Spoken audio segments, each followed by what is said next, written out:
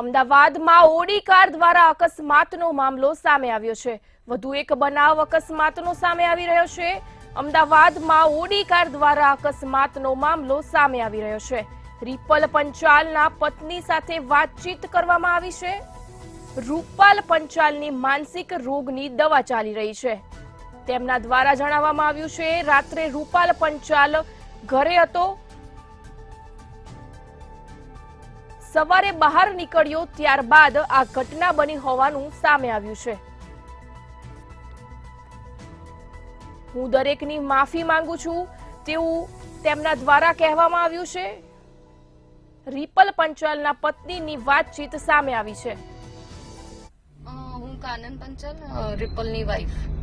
શું તમને જાણવા મળ્યું, શું ખબર પડી અને શું હતું આખું? આજે મારા માટે તો એકદમ શોકિંગ થઈ ગયું, કારણ કે હું સવારના દર્શન કરવા નીકળી હતી મહુડી, ત્યારે એકદમ ન્યૂઝ આવ્યા કે મેં જોયું આ ફોનમાં કે આવી રીતના એક્સિડન્ટ ને આ બધું થયું, એટલે આઈ વોઝ ઓલ્સો શોક કે શું થઈ ગયું એકદમ। પણ રિપલભાઈને ક્યારની કેટલા ટાઈમથી he is going through this mind ની બધી દવાઓ એમની ચાલી રહી છે।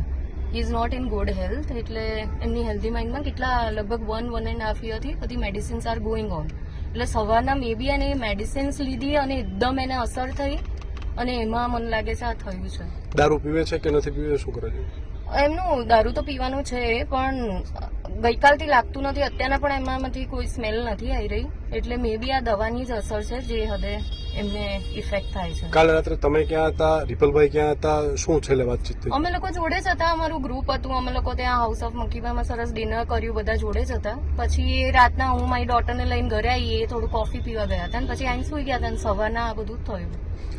જે ઈજાગ્રસ્ત થયા છે એને લઈને શું કહેવા માંગશે? અકસ્માત થવા માટે શું કહેવા માંગશો બાકીના જે ઈજાગ્રસ્ત? એના માટે તો મને દિલથી બહુ દુઃખ છે કે જેને જેને આ થયું એના તરફથી આઈ એમ હાર્ટલી સોરી રિપલ તરફથી, અને 100% એમને જે થયું છે એના બદલે આઈ એમ સેઇંગ સોરી।